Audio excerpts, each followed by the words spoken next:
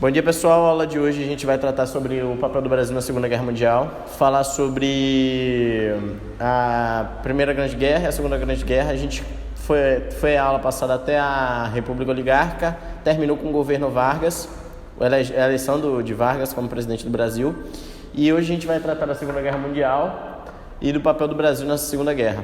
Eu gostaria de parabenizar vocês que estão presentes em sala hoje, ninguém chegou atrasado, e pontuar a falta do meu melhor aluno da sala, Guilherme, que infelizmente não está presente hoje. Eu gostaria de pedir a atenção de vocês para essa aula, que é uma aula muito importante e vai cair na prova.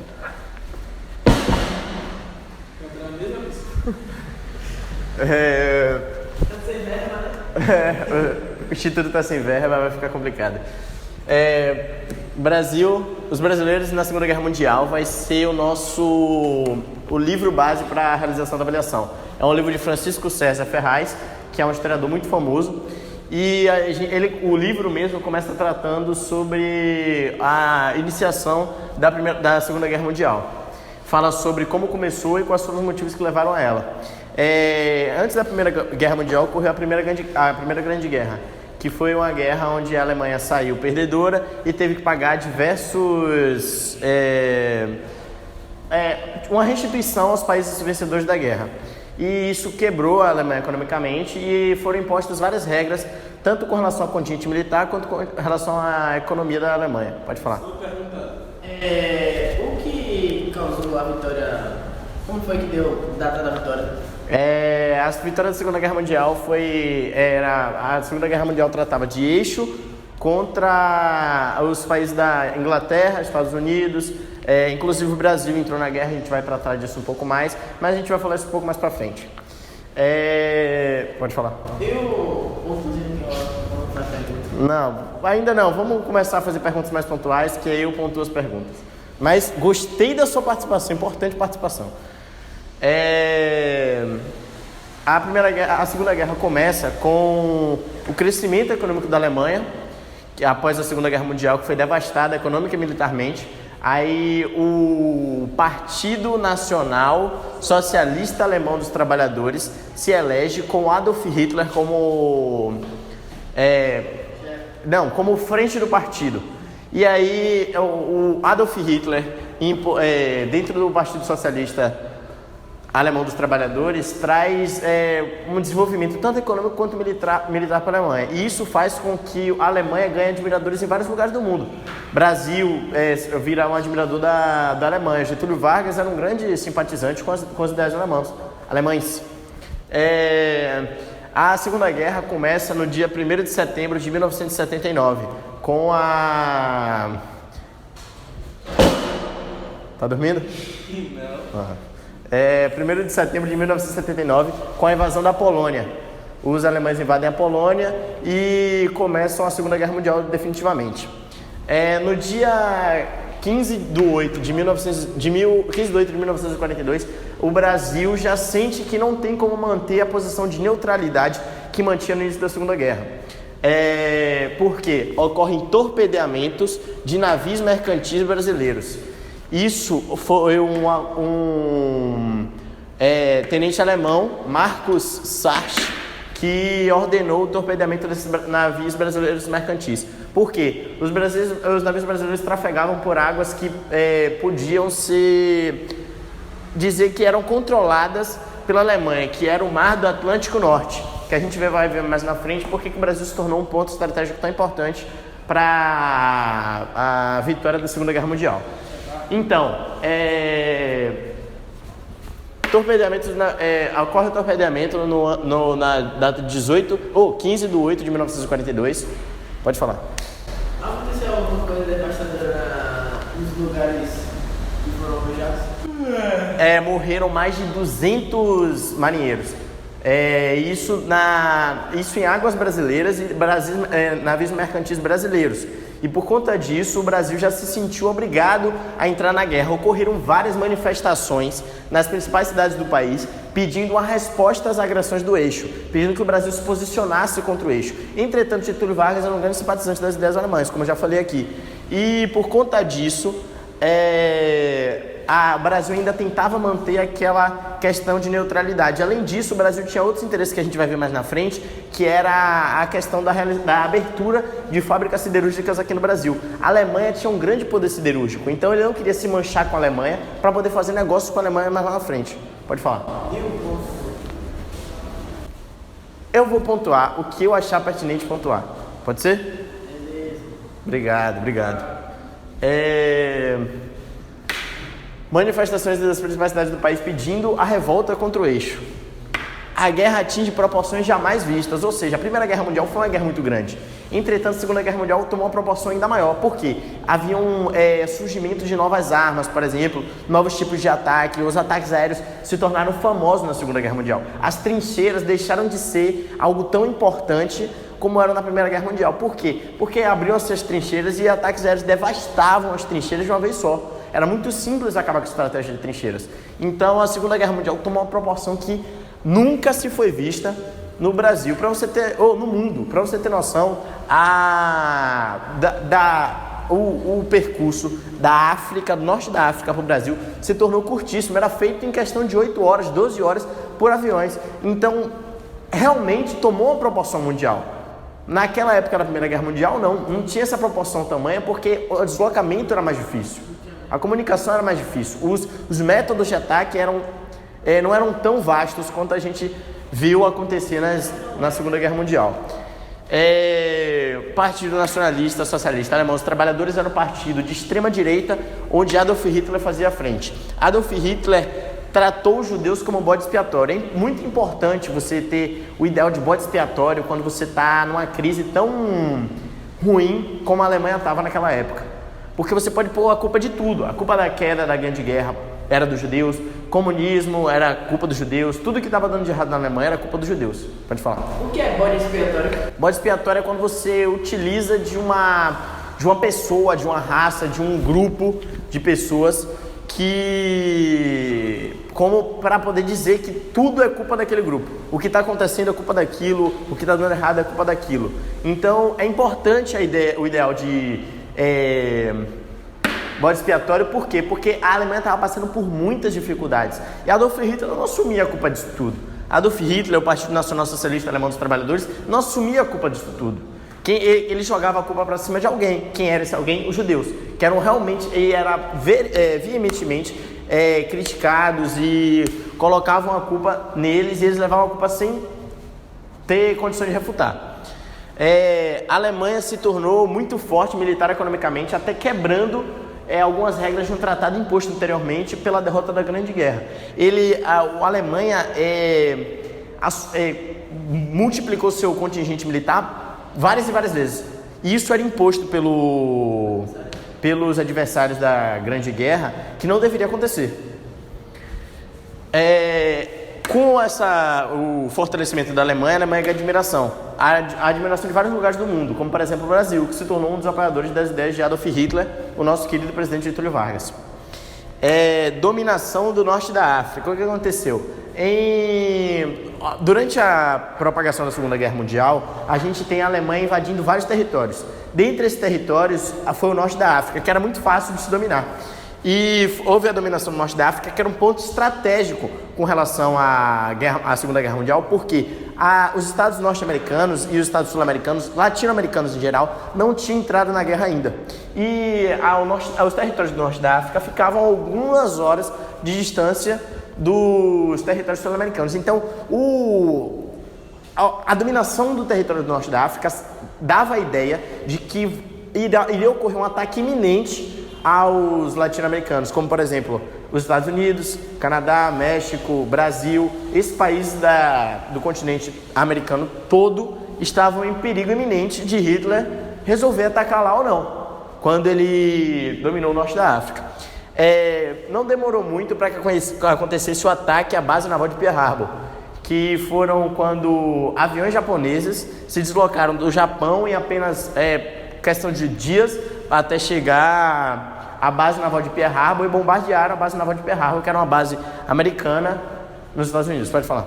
E a América Central entrar alguma coisa assim? América Central é justamente onde fica os Estados Unidos. Os Estados Unidos era um grande negociante da guerra, porque ele fornecia arma para a Inglaterra, e os armamentos dos Estados Unidos eram muito bons, diga-se de passagem, tinha um poder aeronáutico forte também, e o ataque a Pearl Harbor foi o que fez os Estados Unidos, de fato, se declarar contra o eixo, porque o ataque a Pearl Harbor foi realizado pelos japoneses, que faziam parte do eixo. O que é o eixo? É uma força formada por Itália, Alemanha e Japão, que foram um lado da Segunda Guerra Mundial.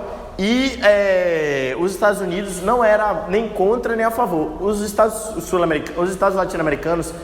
com licença, eu estou atrapalhando a conversa de vocês. Vocês querem dividir com a turma que vocês estão falando aí? Não, tá ok. O eixo... Eu vou tentar voltar aqui, eu sei que vai ser difícil porque vocês não estavam acompanhando, mas tenta pegar pelo menos daqui para lá, pode ser? O ataque a Pearl Harbor fez com que os Estados Unidos se declarassem contra o eixo, porque foi um ataque à base naval dos Estados Unidos realizado por aviões japoneses. E aí fez com que os Estados Unidos se revoltassem e de fato se declarassem contra o eixo. Cai a neutralidade brasileira. Por quê? Os Estados Unidos tinham muita influência sobre o Brasil, porque era um país que era do mesmo continente, era um país que tinha grande influência no nosso continente americano. E aí, quando os Estados Unidos tomam atitude relativa a... Eu vou pedir para vocês prestarem atenção, por favor, na aula, por favor. Tô quieto, esse otário aqui também tô. Quando os Estados Unidos assumem uma posição contra o eixo, ele obriga todos os países da América, todos os países latino-americanos, a tomarem uma posição juntamente com ele. E aí o Brasil não consegue se manter neutro em relação à Segunda Guerra Mundial, que era o que ele estava fazendo desde o início. Ele não se declarava nem contra a Alemanha, nem contra os Estados Unidos. Nem contra a Alemanha, nem contra a Inglaterra e os outros países que estavam batendo de frente com o eixo. Pode falar. Alguns desses países tinham um poder bélico superior a ponto de que os outros não quisessem entrar em confronto direto a eles? Na época, as duas grandes potências eram os Estados Unidos, Rússia, a Inglaterra tinha uma marinha muito forte por conta de sua ilha e a Alemanha estava se desenvolvendo muito rapidamente. Ele ganhou, a Alemanha teve um crescimento absurdo para o tempo que ele levou para crescer, porque tinha acabado de sair de uma crise e voltou muito forte, tanto militarmente quanto economicamente. Então os países mais fortes daquela época eram a Alemanha, Rússia, Estados Unidos. Porque os Estados Unidos tinham se beneficiado tanto da Grande Guerra, como estava se beneficiando da Segunda Guerra Mundial.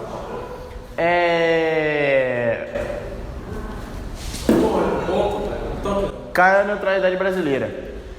Dualidade interna. O que eu quero dizer com dualidade interna? O Brasil estava dividido. O próprio governo brasileiro estava dividido com relação a se defendia a Alemanha ou entrava ao lado dos Estados Unidos, ao lado da Alemanha, ao lado da Inglaterra. Não estava decidido. Por quê? O Brasil tinha muito interesse em se industrializar. Abriu a indústria siderúrgica aqui no Brasil. E um dos problemas é que o Brasil não tinha investimento, não tinha dinheiro suficiente para realizar esse investimento na indústria siderúrgica.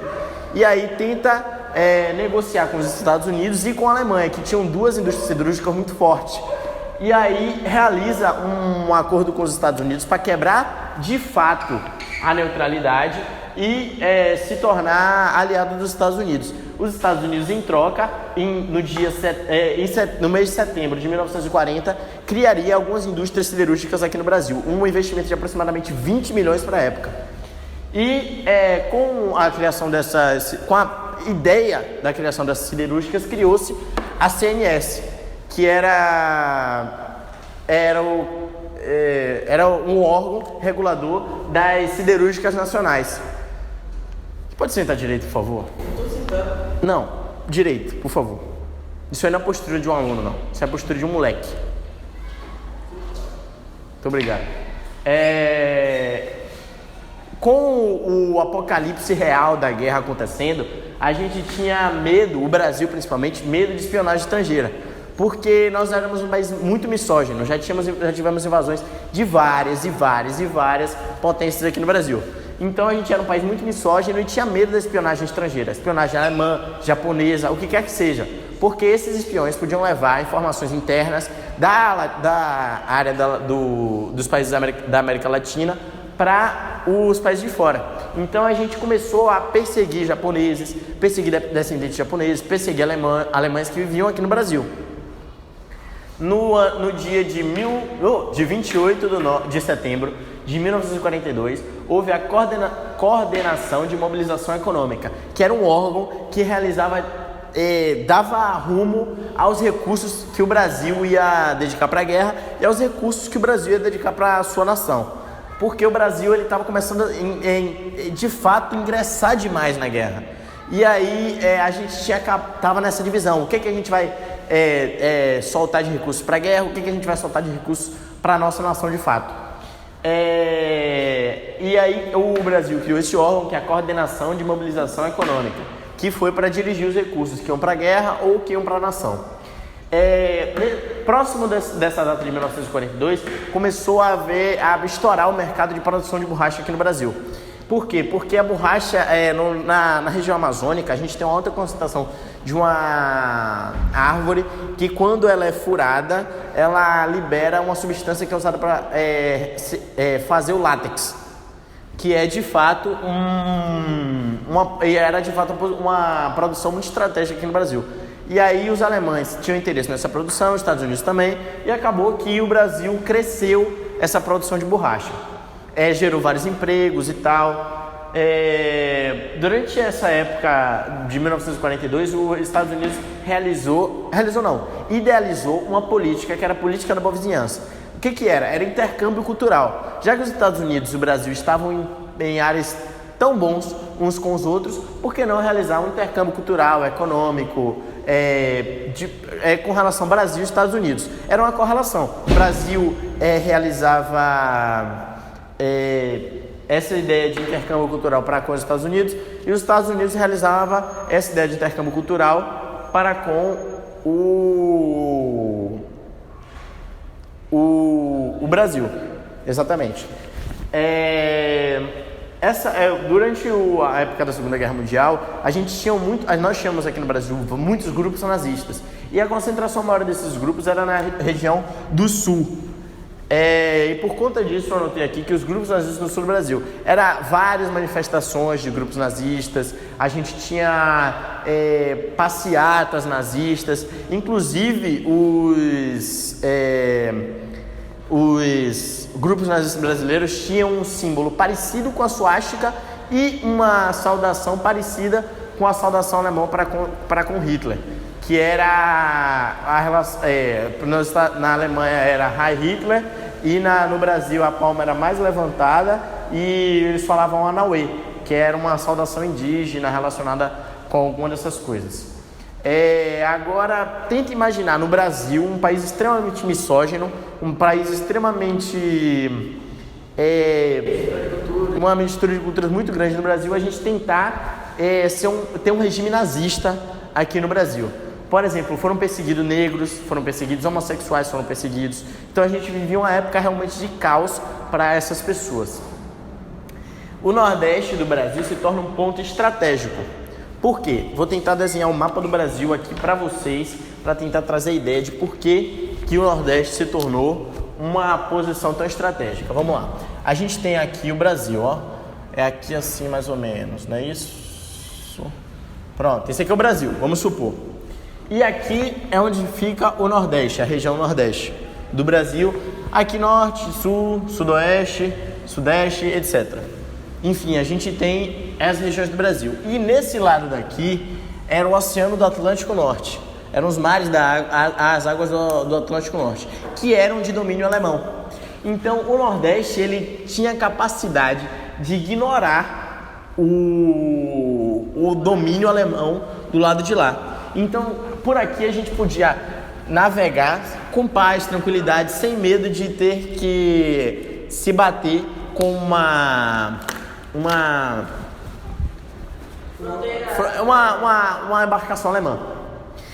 Então, o Brasil se torna um ponto estratégico, tanto para os Estados Unidos, que já fazia parte da guerra definitivamente, quanto para outros países. E para o próprio Brasil, que na época criou até a FEB, que é a Forças... Não. Forças Extraditórias Brasileiras, que era uma força militar do Brasil que carregava no seu escudo um símbolo de uma cobra fumando. Para você ver como o Brasil é mangue, né? A gente tem essa ideia de que a cobra vai fumar. E aí, na época, era uma gíria muito comum. E aí, no escudo da Força Armada Brasileira, levava uma cobra fumando. Inclusive, pilotos de aeronaves brasileiras também tinham esse escudo. Não era só a FEB, mas a FAB também, que era a Força Aeronáutica Brasileira. Por conta dessa questão do Atlântico Norte ser um mar de dominação alemã, a gente tem que o Nordeste se torna um ponto estratégico para qualquer país que quisesse dominar ou que quisesse se manter na guerra. O Brasil funda a FEB em 1944, que são as Forças Expedicionárias Brasileiras, que é para tentar ajudar na guerra. E o Brasil tem um papel importantíssimo na derrota da França. A FEB, as Forças Expedicionárias Brasileiras, tem um papel fundamental na guerra contra a França. Não, contra a Itália, desculpa. Contra a Itália, tem um papel fundamental na guerra contra a Itália, que é o fascismo de Mussolini. E a FEB é enviada para a Itália para poder auxiliar no combate às forças fascistas de Mussolini na Itália. A gente tem também a invasão à França, que foi realizada pela FEB juntamente com outros países. Pode falar, Pedro. Bateu, mas a minha aula não acabou. Quem decide quando a aula acaba sou eu. A aula só acaba quando o professor se retira da sala. E ela chegou. Tava passeando, guerreiro? Beber água. Tem 40 minutos que você foi beber água, você não bateu. Então acabou. Não, a aula só acaba quando eu me retiro da sala, quando eu encerro a aula. Mas eu entro na hora que eu quero, não é que você deixa não. Então tá bom, vamos ver na prova. Na prova e na recuperação, que eu tenho certeza que você vai. Invasão da França, realizada pela FEB e por outras forças expedicionárias mundiais. Teve uma participação fundamental na invasão da França, na derrota da França. E com a queda da França, a Alemanha fica sem apoio. Tem também a invasão à Rússia, que não estava dando muito certo para os alemães. E aí acaba também ocorrendo a derrota dos alemães. Então, caiu Itália, caiu a Alemanha, só ficou quem? Do eixo resistindo? Japão. Japão. Eu ia falar França. Eu sei. Japão. Caiu a Alemanha, caiu a Itália, ficou Japão. Japão ainda se mantém na guerra, com muito sacrifício, se mantém na guerra. Quanto tempo essa guerra? Essa guerra durou 10 anos, foi de 1939 até... Não, 10 anos não. Foi de 1939 até 1945. 6 anos. Isso, 6 anos. Muito obrigado. Sou professor de história, não de matemática. O Japão continua lutando até os seus últimos esforços. Tem inclusive a realização dos ataques kamikaze, que eram o combustível dos japoneses, o combustível aeronáutico acabando, e os japoneses pegando o resto do combustível que tem e se jogando contra aeronaves, se jogando contra barcos, contra porta-navios, contra... Pode falar. Que data hoje? Você só pode estar de sacanagem. Ah, porque você falou a data, você tem que saber que data é hoje. Opa aí. 28 de setembro hoje, velho. Tem quantos anos? Faz a conta aí. 77 anos, Tá exato. vendo? Tem que saber a Tá data. vendo aí? Pronto, 77 anos. 77 anos. 77, onde é que está? 77 anos atrás, ocorreu a fundação da Coordenação de Mobilização Econômica. Tá vendo? Parabéns. Cessou. Agora o ponto pra ele, 77 anos. Não, cessou. Vou voltar a falar Japão. Era o único país do eixo que se mantinha na guerra e até o último momento se manteve na guerra. Só de fato abriu mão da força do eixo, só abriu mão de fato de estar na guerra quando os Estados Unidos bombardeou as duas cidades do Japão, Hiroshima e Nagasaki, com 2 bombas atômicas que devastou o Japão, e na época foi a maior arma que podia ser utilizada naquela época. Foi um... Vocês estão rindo de quê, eu posso saber? Vocês querem dividir com a turma? Qual é a graça? Você pode sair da sala, por favor? Não, você, por favor. Você, por favor, sai da sala. Eu vou pedir pra você se retirar mais uma vez, então vou ter que chamar a diretoria. Por favor, se retire da sala. Eu vou dizer minha mãe, entendeu? Fique à vontade, pode falar que foi eu que mandei. Por favor, se retire. Por favor, se retire da sala. Se você tivesse tão interessado no conteúdo programático, você não estaria rindo como você está agora. Alguém mais quer acompanhar o cidadão? Não.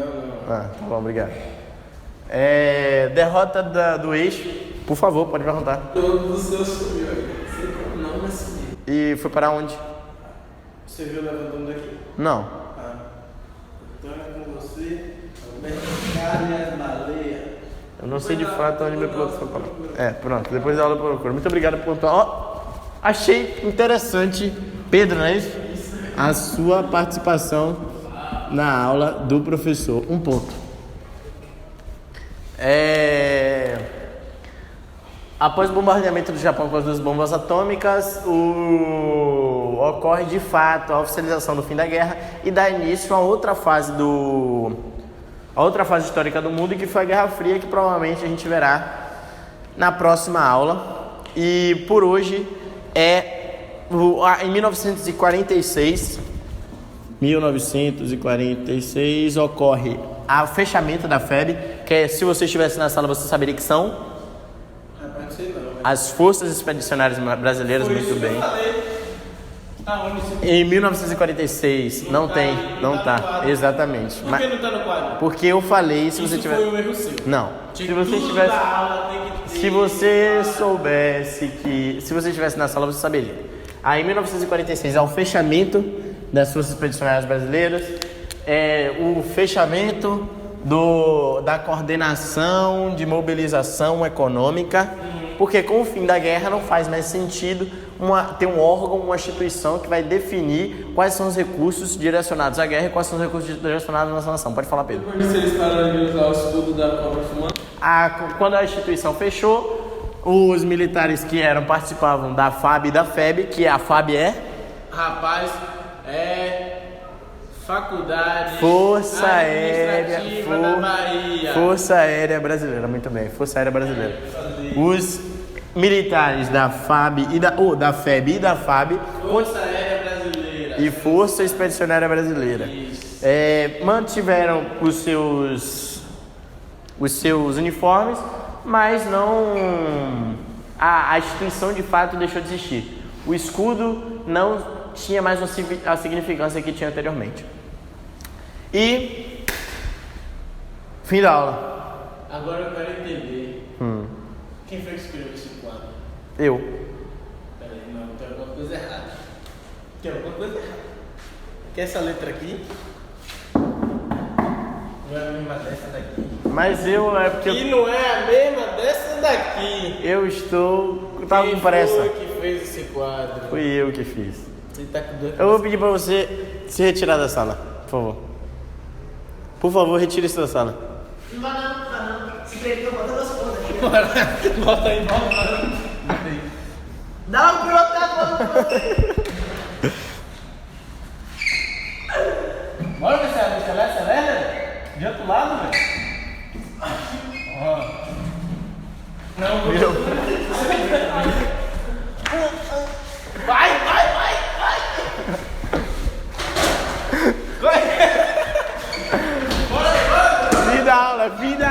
Fim da aula! Quieto todo mundo!